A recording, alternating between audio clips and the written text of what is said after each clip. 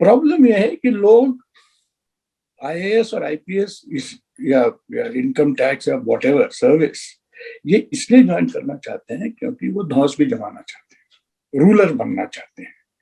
जो अब तक होता, मतलब अब तक तो क्या 30 साल पहले तक जो होता आ रहा था कि लोग बीए करते थे, बीएससी करते थे और IAS, IFS, income tax, customs जो भी सर्विस है उसमें होते थे और बिल्कुल बढ़िया तरीके से काम चल रहा था।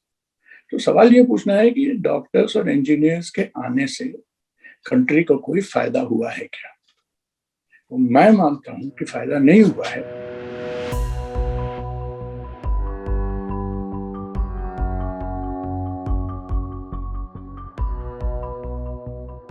आप ऐसा लग रहा है कि पीछे पड़ गए हैं यूपीएससी वालों के कि डॉक्टर इंजीनियर जो हैं उनको तो बैन कर देना चाहिए। क्या वजह है, ये क्या है ये पूरा मामला?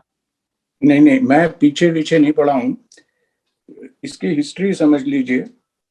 1962 तक इंजीनियर्स पे बैन था। बैन मतलब उनको परमिटेड नहीं थे वो आईएएस का एग्जाम देने के लिए, और 73-74 तक डॉक्टर्स को भी अलाउड नहीं था। तो ये जो प्रैक्टिस शुरू हुई है डॉक्टर्स एंड इंजीनियर्स ज्वाइनिंग, ये 1980 से इसमें इंक्रीज हुआ है। वैसे देखा जाए तो पहले जो इंजीनियर आईएएस ज्वाइन किए थे वो 1964 बैच के थे, एक थे सिर्फ उस समय। अब प्रॉब्लम अब ये है कि आप डॉक्टर या इंजीनियर को ट्रेन करने में 2 करोड़ 3 करोड़ इतने में भी मोर लग जाते हैं, और कम से कम 2, सवा 2, 2.5 करोड़ तो लगे जाते हैं। तो सवाल ये उठता है कि आपने इतना पैसा खर्च किया, उसके बाद में आप उनको ऐसी सर्विस में डाल रहे हैं जहां पे ये जो स्पेशलाइज्ड ट्रेनिंग है इसकी जरूरत है नहीं। जो अब तक होता, मतलब अब तक तो क्या 30 साल पहले तक जो होता आ रहा था कि लोग बीए करते थे, बीएससी करते थे और IAS, IFS, income tax, customs जो भी सर्विस है उसमें होते थे और बिल्कुल बढ़िया तरीके से काम चल रहा था। तो सवाल ये पूछना है कि डॉक्टर्स और इंजीनियर्स के आने से कंट्री को कोई फायदा हुआ है क्या?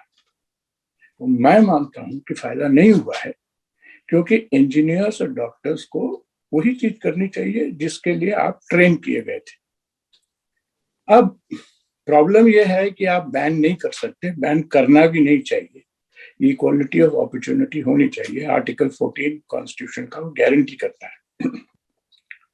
तो जरूर लीजिएगा डॉक्टर्स और इंजीनियर्स को, पर उसके बाद में जो करना है वो सरकार के ऊपर है कि उनको किस तरह से उनकी सर्विसेज को यूज किया जाए।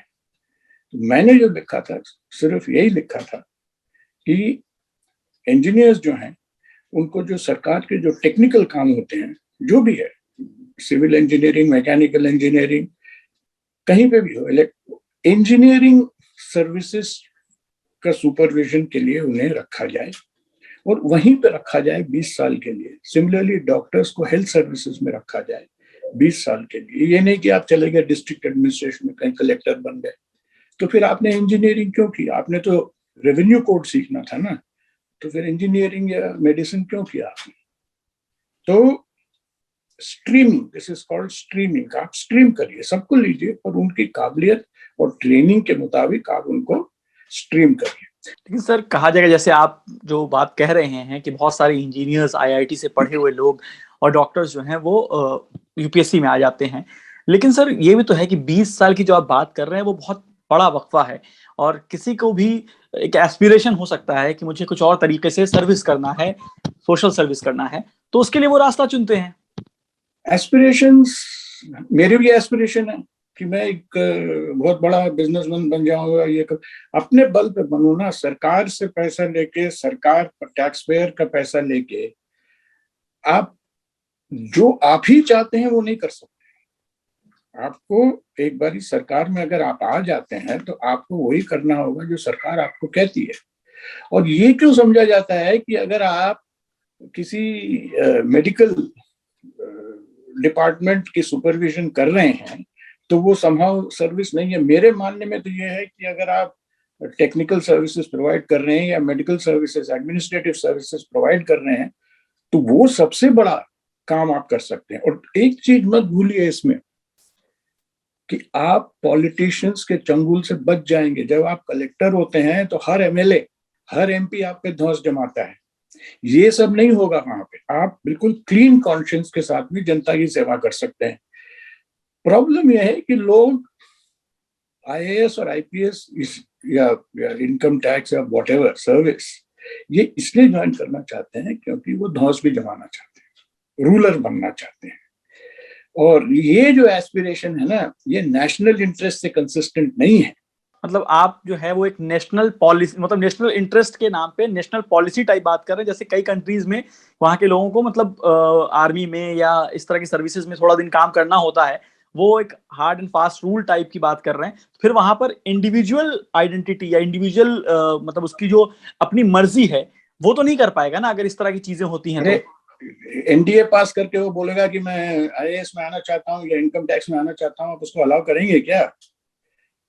एनडीए में आर्मी में जाता है, एयरफोर्स में जाता है, नेवी में जाता है कोई आदमी, उसमें और किसी जनरल इंजीनियरिंग या मेडिकल डिग्री में क्या फर्क है? वो भी स्पेशलाइज्ड है।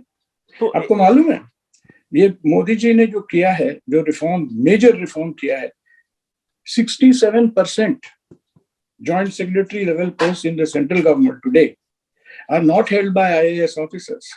उन्होंने उसको विस्तृत कर दिया है, हर जगह से ले रहे हैं, हर सर्विस से ले रहे हैं। क्या यूपीएससी का जो एग्जाम है, क्योंकि जिस तरह से आप बता रहे हैं कि ज्यादातर यूपीएससी में इंजीनियर और डॉक्टर्स आ रहे हैं, तो यूपीएससी के एग्जाम में क्या कोई ऐसी कमी है जो सिर्फ बाकी लोग नहीं उतना ज्यादा आप 50% ले रहे हैं? क्या वहां पर भी रोका जा सकता है? क्या है वहां पर? नहीं नहीं, आप किसी को मत रोकिए, आप ज्वाइन करने दीजिए, जैसा है चलने दीजिए। ज्वाइन करने के बाद में होम मिनिस्ट्री या डिपार्टमेंट ऑफ पर्सनल एक ऑर्डर इशू कर दे बस, कि अगर आपके पास इंजीनियरिंग डिग्री है या आपके पास मेडिकल डिग्री है तो आप आईएएस में ही होंगे, पर आप जो काम करेंगे वो डिस्ट्रिक्ट का काम नहीं करेंगे।